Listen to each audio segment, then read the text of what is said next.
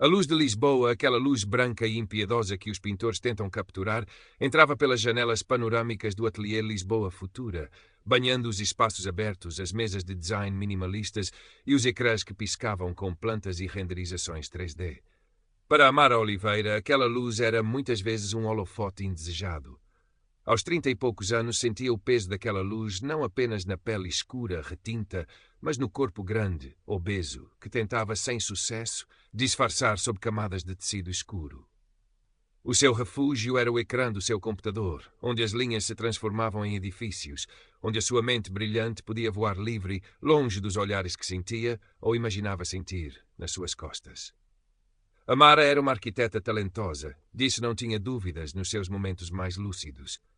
Os seus projetos, mesmo os mais pequenos que lhe eram atribuídos, tinham uma alma, uma funcionalidade que se casava com a beleza de forma orgânica. Mas no Lisboa Futura, um dos mais prestigiados ateliês da capital, sentia que o seu talento era constantemente filtrado pela sua aparência.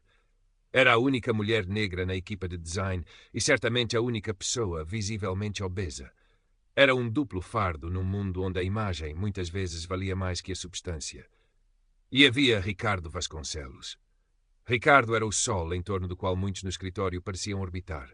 Alto, magro, branco, com o tipo de cabelo castanho claro e olhos azuis que pareciam saídos de um anúncio, vestia fatos impecáveis e exalava uma confiança que roçava a arrogância. Era o menino de ouro vindo de uma família com nome e influência, e o seu percurso profissional parecia tão liso e polido quanto os seus sapatos italianos. Ele era a antítese de Amara, e fazia questão de o sublinhar, ainda que de formas que só ela e talvez mais alguns conseguissem decifrar. "Bom dia, Amara", disse ele essa manhã, passando pela sua mesa com um sorriso que não chegava aos olhos. "Vejo que está a trabalhar arduamente. É importante mantermos-nos ativos, não é?" O comentário, aparentemente inocente, pousou sobre Amara como uma pedra. Ativos. Ela sabia o que ele queria dizer. Ele olhou de relance para o seu corpo antes de seguir caminho, deixando um rastro de perfume caro e desconforto. Amara apertou a caneta, sentindo o sangue a subir-lhe ao rosto. Respirou fundo, forçando-se a focar no projeto à sua frente, um anexo menor, sem grande visibilidade. Mas naquele dia o ar vibrava com uma energia diferente. O diretor, o arquiteto Henrique Almeida, convocou uma reunião geral. O grande anúncio chegou. O ateliê ia concorrer ao projeto Revitalizar Lisboa, uma iniciativa da Câmara Municipal para redesenhar uma vasta área ribeirinha, combinando habitação, cultura e espaços verdes. Era o projeto da década, a oportunidade de deixar uma marca indelével na cidade. Uma equipa seria formada e as melhores ideias seriam apresentadas. O coração de Amara deu um salto. Lisboa. A sua Lisboa. A cidade que amava, com as suas colinas, os seus azulejos, a sua luz. Uma ideia começou a germinar na sua mente, uma visão que ia além do betão e do vidro, uma visão que abraçava a história e a diversidade da cidade, que criava espaços para todos. Sentiu uma faísca de excitação, rapidamente abafada pelo medo. Seria ouvida? Teria sequer uma hipótese contra pessoas como Ricardo? Nos dias seguintes, Amara mergulhou no trabalho. À noite, no seu pequeno apartamento em Arroios, rodeada de livros e esboços, a sua visão tomava forma. Imaginou edifícios que respiravam, com jardins verticais e sistemas de aproveitamento de água, espaços comunitários que promoviam a interação, passadiços que ligavam a cidade ao Tejo de forma fluida. O seu conceito era arrojado, sustentável e, acima de tudo, humano. Era um projeto que nascia da sua perspectiva única, de quem muitas vezes se sentiu à margem, de quem entendia a importância de criar espaços verdadeiramente inclusivos. Sofia Mendes, uma arquiteta sénior, uma mulher na casa dos 50, de cabelo grisalho curto e olhar penetrante, era uma das poucas pessoas no escritório que via para além da fachada. Tinha uma reputação de ser justa e implacável na sua busca pela excelência. Um dia, parou junto à mesa de Amara, observando um dos seus esboços preliminares. "Isto é promissor, Amara", disse Sofia, a sua voz calma mas firme. "Há aqui uma sensibilidade que raramente vejo. Vais apresentar isto para o projeto?" Amara hesitou. "Não sei, arquiteta Sofia. É um pouco diferente. E com o Ricardo a liderar a equipa de propostas." Sofia olhou-a nos olhos. "O Ricardo é bom a vender-se, mas tu és boa a criar. Não deixes que o ruído te impeça de mostrar o que vales. A arquitetura precisa de vozes como a tua." As palavras de Sofia foram um bálsamo, um sopro de coragem. Pela primeira vez, Amara sentiu que talvez, apenas talvez, pudesse ter uma aliada. A sessão de brainstorming foi marcada para a semana seguinte.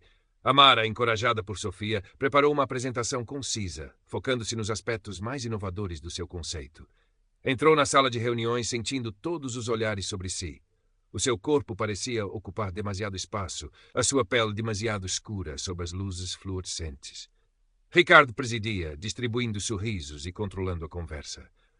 Quando chegou a sua vez, Amara apresentou a sua ideia com uma voz que tremia ligeiramente no início, mas que foi ganhando firmeza à medida que descrevia a sua visão.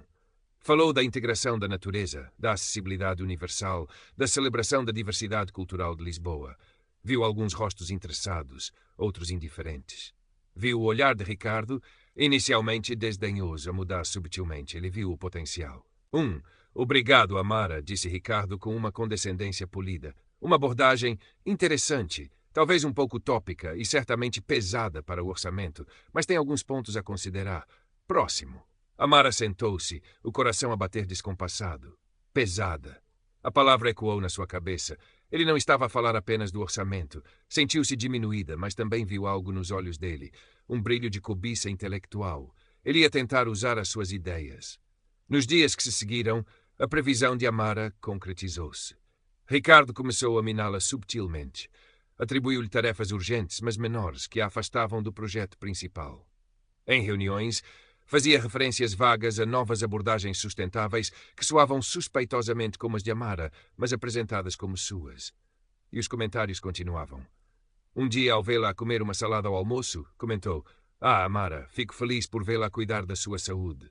A nossa profissão exige tanta energia. Noutra ocasião, elogiou o seu sentido rítmico no design, insinuando um estereótipo racial.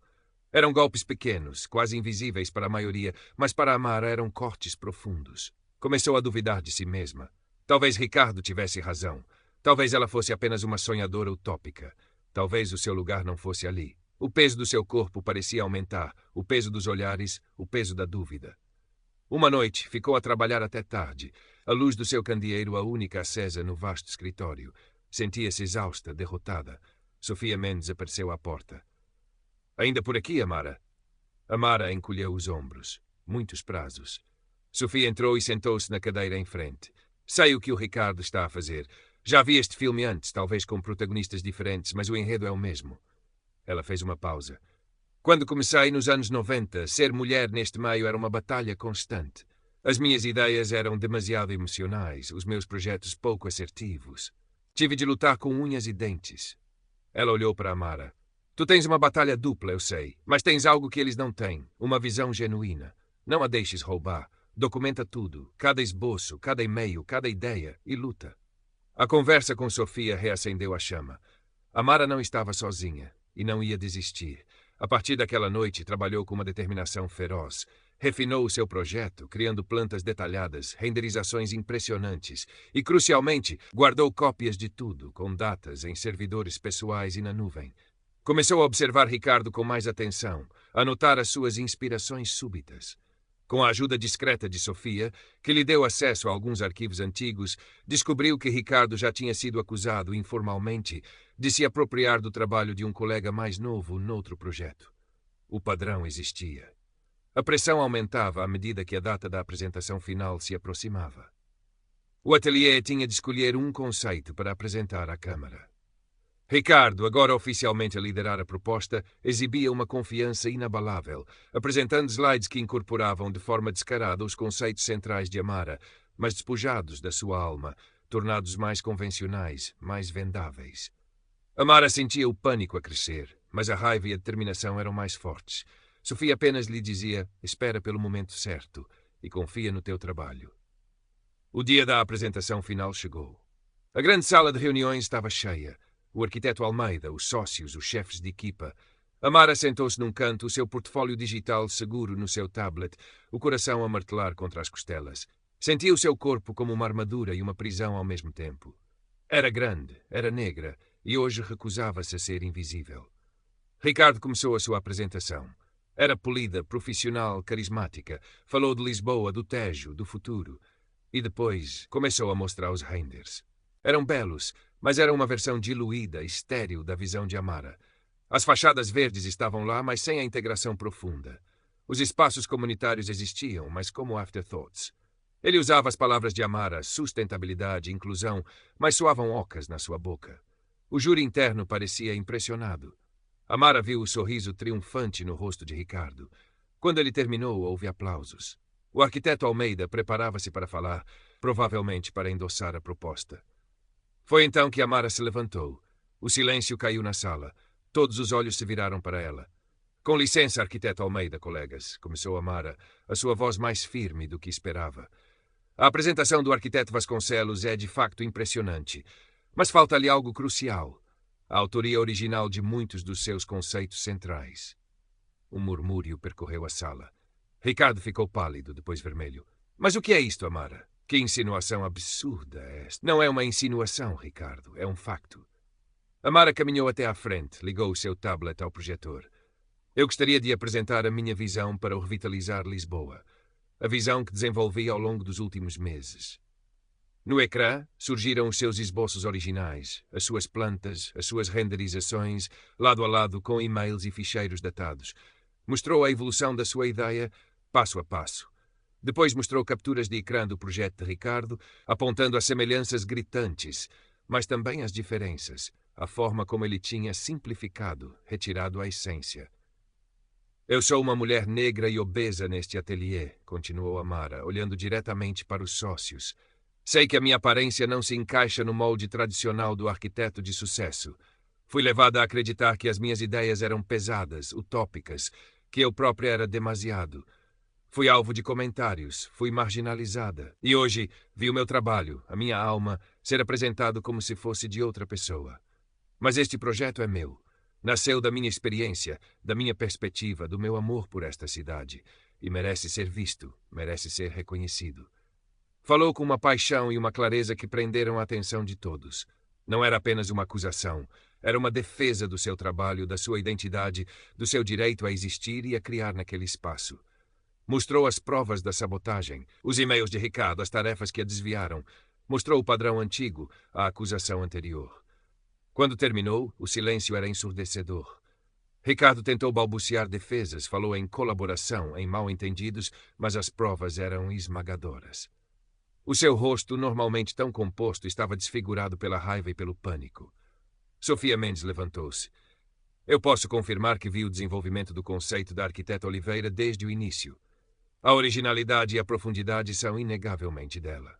O arquiteto Almeida, um homem habituado a decisões difíceis, olhou de Ricardo para Amara e depois para as provas no ecrã. O seu rosto era uma máscara de seriedade. Após longos momentos que pareceram horas a Amara, ele falou: isto é extremamente grave. Precisamos de analisar isto a fundo. Mas, com base no que foi apresentado, arquiteta Oliveira, o seu trabalho é notável. E a sua coragem também. A reunião foi encerrada abruptamente. Nos dias seguintes, o ateliê foi um turbilhão. Houve reuniões à porta fechada.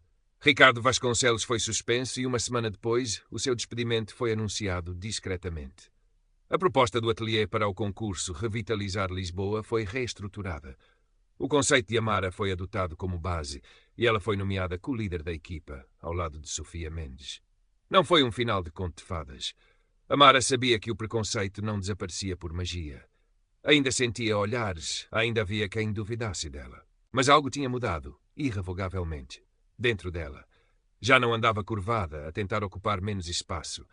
A sua voz nas reuniões era clara e confiante, e o seu guarda-roupa começou a ganhar cor. Uma tarde, meses depois, Amara estava na varanda do seu apartamento, a olhar para o Tejo. O sol de fim de tarde pintava o céu de tons laranja e rosa. No seu cavalete estava um esboço para um novo projeto. Sentia o peso do seu corpo, mas agora não era um fardo. Era a sua presença no mundo. Era negra, era obesa, era uma arquiteta brilhante. E Lisboa, sua cidade, esperava pelas suas linhas, pela sua visão. Respirou fundo o ar do rio, a luz a banhar-lhe o rosto. A luta não tinha acabado, mas Amara estava pronta. E pela primeira vez em muito tempo, sentia-se leve.